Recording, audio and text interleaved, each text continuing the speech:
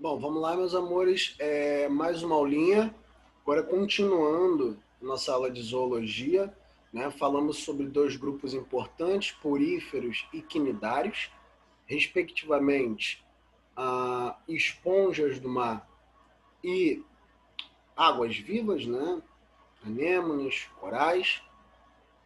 Mostramos características desses importantes grupos de animais, né? E alguns a sua forma de reprodução, né? a sua forma de se alimentar, né? E principalmente porque poríferos, eles não possuem folhetos embrionários, não possuem sistema digestório, respiratório, então é um animal bem primitivo, né? Já quinidários já possuem dois folhetos embrionários, são animais diploblásticos, tá? E algumas especificidades também, beleza? Então, se vocês não assistiram ainda essa aula, vão lá, que eu já postei na semana passada, tá? Agora, nós vamos falar de alguns outros grupos que são animais um pouco mais evoluídos, né? Falando bem basicamente, bem esdrúxulamente, tá? Essa linguagem, são animais que já possuem algumas adaptações que são um pouco mais parecidas com a nossa.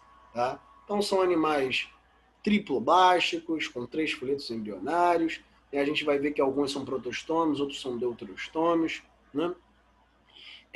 São animais, alguns acilomados, outros pseudo, outros celomados, tá?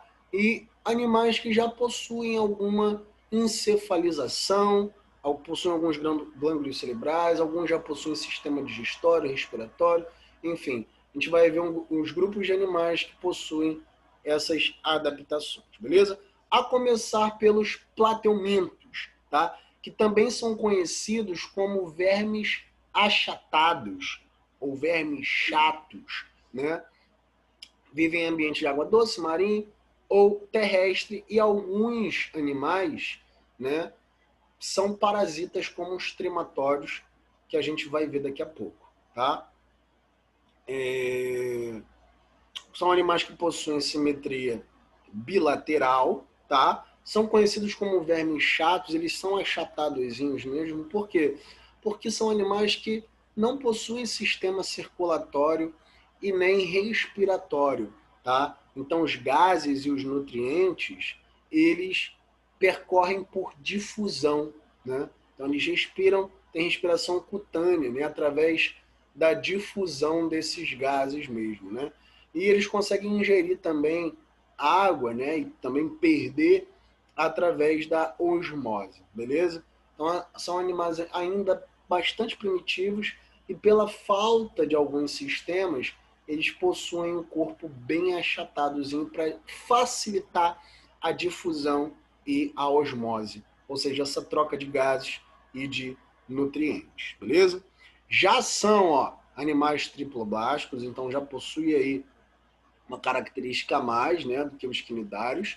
Então possuem 3 folhetos embrionários, endoderme, ectoderme e mesoderme, tá? São acelomados, mostrei para vocês, acelomados não possuem celoma, e são protostômios, são animais aonde do blastóporo se origina primeiramente a boca, beleza? A boca. Não façam confusão como tinha aqui, tá? Protostômios, animais que originam a boca, primeiro, tá? E deuterostômios, animais que originam um antes. Plateumintos são protostômios, são acelomados e são triploblásticos, beleza? Então, entendendo essas características, aqui estão algumas especificidades dos plateumintos. Se quiserem vocês com calma leiam depois, mas tudo que eu falei há pouco, tá? Agora, o mais importante para a gente reconhecer dos plateumintos, né, são os plateumintos que a gente chama de parasitas. São plateumintos que causam doenças em humanos, beleza? A primeira doença que a gente vai conhecer causada por um plateuminto é a esquistossomose.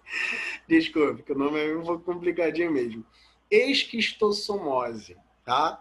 Ela é produzida através de uma infecção por um plateuminto chamado Esquistossoma mansoni, tá? é um plateamento que precisa de um ciclo de vida em um hospedeiro intermediário, que nesse caso é um caramujo do gênero Bionfalaria, tá? E ela tem um ciclo de vida em um hospedeiro definitivo, que nesse caso são os humanos, tá? Então aqui, ó, são trematórios, plateumintos do grupo dos plateumintos parasitas, né? Possuem um ciclo de vida com uma fase assexuada no hospedeiro intermediário, que nesse caso é no caramujo, e outra um ciclo de vida uma fase sexuada, que se dá no hospedeiro definitivo, que nesse caso é nos humanos, beleza? Então, Esquistossoma mansoni, geralmente o caramujo ele é infeccionado pela larva que é chamada de cercária, tá? Então, essa cercária ela infecta o caramujo que vive ali na lagoa, tá? Esse caramujo ela vai se produzir assexuadamente e quando ela tiver em uma outra fase do ciclo de vida, ela vai sair do caramujo e vai infectar ali um ser humano que está ali na lagoa ou tomando banho, né, ou colhendo ali alguma vegetação. Então, por isso que não não é saudável entrar assim em uma lagoa, principalmente poluída, né? Por quê? Porque essa infecção ela se dá nesse ciclo, tá? Infecta o humano e aí causa a esquistossomose, que é um inchaço das vísceras, tá? Do indivíduo e acaba causando essa barriga que a gente chama de barriga d'água, tá? E aí esse indivíduo infectado, às vezes ele até está sintomático, não sabe que está infectado, ele vai e defeca nesse mesmo lago, né? Esse indivíduo, esse esquistossoma já adulto, ele vai acabar infectando ali o lago novamente, lançando larvas, né, no sistema digestório e com isso essas fezes estão infectadas com essas larvas, e essas larvas repetem o ciclo, vão infectar o caramujo, acontecer a fase ali assexuada, esse caramujo depois, numa outra fase de cercária, vai infectar o ser humano e assim sucessivamente, beleza? Então a esquistossomose é causada dessa forma, através de um plateumento chamado esquistossoma. Showzaço? Outro plateamento importante que causa uma doença também importante que a gente conhece bastante nos seres humanos é as tênias, tá? A gente tem dois tipos, duas espécies de tênia, tênia saginata, que é a tênia de vaca, de bovinos, e a tênia solo, que é a solium, que é a tênia de suínos, tá? Olha aqui, ó, um macetezinho para saber. Tênia saginata, essa nata vem de leite, leite vem de vaca, então tênia saginata é a tênia dos bovinos e a outra solium é a dos suínos, beleza? Essa tênia também é conhecida como a famosa, como é que chama? Solitária, tá? Me fugiu o nome aqui. Famosa solitária, tá? Que a gente chama. E assim, 99,9% das pessoas possuem solitária, tá? Já tiveram em alguma fase da vida. É muito comum ter esse verme no intestino, então não fiquem preocupados. Agora, a transmissão se dá assim, quando você come alimentos que não foram devidamente cozidos, né? Ou então larvas desse indivíduo que vai originar ali o indivíduo adulto que vai se abrigar ali no teu intestino. E assim, geralmente não tem nenhuma anormalidade, né? Assim, esse verme vive bem lá no seu intestino, você também vive bem e está tudo muito tranquilo, tá? Então eles parasitam o intestino humano, onde absorvem os nutrientes que você digere, tá? Causando a teníase. Então a transmissão é feita por alimentos, né, contaminados, como a carne de vaca, carne de boi, né, de bovinos ou de suínos que estão ali contaminadas com esses cisticercos, tá vendo? Que nada mais são do que larvas de, de, de tênis, onde você come e você acaba contraindo, tá? Então, é sempre bom comprar carnes em lugares apropriados, né? Não é bom comer carne de vaca ou de boi em locais, né, de animais que foram criados soltos, que não teve ali nenhum controle com antibióticos e tudo mais, para se evitar isso, né? E lavar também muito bem os alimentos, tá? Fritar também, cozinhar devidamente os alimentos também previne, porque a temperatura alta acaba matando esses cistos secos, beleza?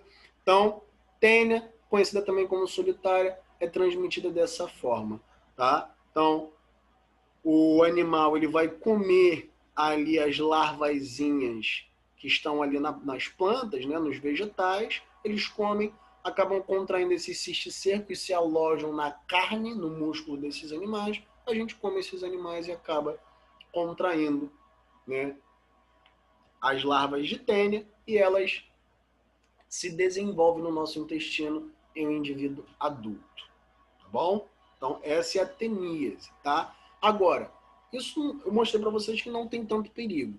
O perigo é você adquirir cisticercose. Já ouviram falar nisso? Né?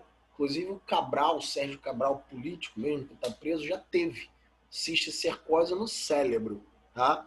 É quando você se alimenta não da carne desses animais com cisticircos, mas de vegetais. Olha a importância de você lavar muito bem os nutrientes e comprar esses nutrientes em local, esses alimentos em locais apropriados, tá? Se você não lavar muito bem, essas larvazinhas de tênia podem estar contaminando os alimentos, vocês vão comer e aí vão ter esses cisticercos nos músculos de vocês. O que era para ter nos suínos e nos bovinos, eles vão acabar se alojando em músculos dos seres humanos, desses indivíduos contaminados, né? E aí pode contaminar um músculo seu, como o bíceps, peitoral, mas também pode contaminar o cérebro, né? Regiões do cérebro, que é chamada de cisticercose cerebral, que aí já é muito mais grave, beleza? Pode causar coma e tudo mais, levar à morte inclusive, beleza? Então lavar bem os alimentos e comprar alimentos em local apropriado, tá? Então esses são os plateumintos. Agora vamos falar do segundo grupo para terminar aqui, os nemateumintos, que são conhecidos como vermes cilíndricos, tá? Então o corpo de um nematóide é coberto por uma cutícula flexível, eles também têm um exoesqueleto, né, e tem um canal alimentar, embora lhes falte um sistema circulatório. Então são um pouco mais desenvolvidos do que os plateumintos, tá? Porque eles já possuem um canal alimentar, um sistema digestório, mas ainda faltam-os um sistema circulatório, tá? Também tem simetria bilateral, também são triplobásticos, como todos os animais que nós vamos ver daqui em diante. São pseudocelomados, lembra que plateumintos eram acelomados? Eles já são pseudocelomados. São animais que já possuem um celoma, tá? Já possuem uma cavidade, mas essa cavidade é revestida por dois folhetos embrionários, a mesoderme e a endoderme, tá? Animais celomados, que a gente vai ver depois, possuem a cavidade, mas essa cavidade é apenas revestida pela mesoderme, beleza? Essa é a diferença, tá? Então, nemateumintos são pseudocelomados. E são animais protostomados, são protostômios, ou seja, também, assim como moluscos, plateumintos, insetos, são animais onde do blastóporo se origina a boca, tá? Sempre falo o, é a boca, tá? Do blastóporo se origina a boca, são protostômios, tá? E assim, os nemateumintos mais importantes são também os que causam doença aos seres humanos, tá? Então a gente tem as lombrigas, a famosa Ascaris lumbricoides, que também 99,9% das pessoas já tiveram ou possuem, tá? Então provavelmente, com certeza, principalmente aqui no Brasil. No Brasil, 100% das pessoas já tiveram alguma vez na vida lombriga, tá? Então isso é muito comum. Em países tropicais, todo mundo já teve. né? Então não vem dar uma de, sou limpinho, não, eu não sei o quê. Não, você pode ser limpinho como for. Mas já teve lubriga, e isso eu falo com certeza. Em alguma fase da sua vida, ou agora, vocês possuem. E nada demais também, é só tomar um vermífugo e tá tranquilo, tá? São parasitas também, assim como as tênis, parasitam os intestinos, né? E provoca a ascaridíase, tá? Ali a lombrigazinha normal, ela vai viver bem, você vai viver bem também, não tem nenhum problemazinho, né? O problema é a grande infestação, mas isso é muito incomum, né? Ter uma grande infestação de lombriga, tá? De Ascaris lumbricoides, isso é muito comum, tá? Não é muito comum. O máximo que vai dar uma dorzinha de barriga, náusea, diarreia. Você já teve isso em alguma fase da vida? Então, muito provavelmente foi por infecção de Ascaris lumbricoides, tá? Então, os ovos são liberados nas fezes de pessoas contaminadas. E também, a prolaxia é não comer alimentos mal cozidos e mal lavados, porque essa infecção ela é feita dessa forma. A pessoa defeca ali, né? Em um ambiente e tal, então aperta a mão de uma pessoa com ascaris lumbricoide, a pessoa não lavou corretamente as mãos e tudo mais, essa infecção está ali, ela põe a mão na boca, né? E acaba contraindo. O que acontece com a gente direto, né, gente? Né? Então a gente não lava a mão toda hora, não passa álcool em gel toda hora, até que agora a gente está se cuidando mais em relação a isso. Mas antigamente a gente não tinha muito esse critério. E por isso a infecção ela é muito comum, tá? Um outro nematelminto importante é o que causa a ancilostomose, que é o necarto americano. Não é tão comum aqui, mas ainda existe. Inclusive, é conhecida como amarelão, tá? É muito comum nas regiões do Nordeste, atinge muitos camponeses, né? Ou pessoas que vivem ali da lavoura. Por quê? Esse necarto americano, eles são vermes que vivem ali no solo, tá? Num solo também contaminado por fezes de pessoas infectadas, tá? Então ele vai viver ali no solo, geralmente ali um lavrador, ele vai capinar ali o campo descalço e esse verme acaba infectando, acaba entrando através da pele dessas pessoas, cai na corrente sanguínea, cai no sistema digestório e vão se desenvolver no sistema digestório como um verme, né? Causando o amarelão ou a ancilostomose, beleza? Então a infecção é feita dessa forma, ancilostomose, ascaridíase, são vermes cilíndricos, são nematelmintos, tá? Outros dois para a gente encerrar é a oxurose causada por oxiúrios, né, enteróbios vermiculares, que parasitam o intestino grosso humano, tá? E a transmissão é direta. Esses oxiúrios, eles vivem no sistema digestório humano, no intestino grosso, né? E aí, à noite, tá? Ou às vezes de dia também, eles vão até o reto da pessoa infectada colocar seus ovozinhos.